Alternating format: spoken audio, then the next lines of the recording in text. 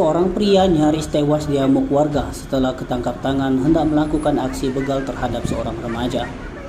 Aksi begal itu terjadi di depan gerbang perumahan Central Land, Spring Hill, Kecamatan Alang-Alang Lebar, Palembang.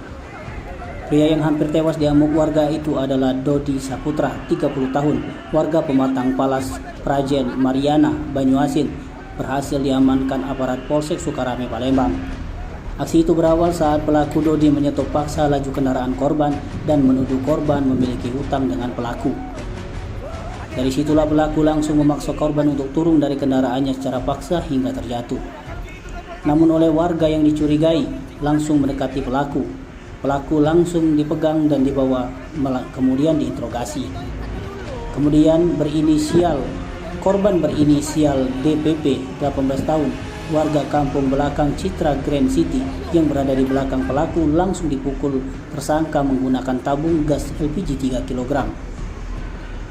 Pelaku dan barang bukti diamankan ke Mapolsek Sukarame, Palembang untuk pemeriksaan lebih lanjut. Tim Liputan Sumsel Update TV melaporkan.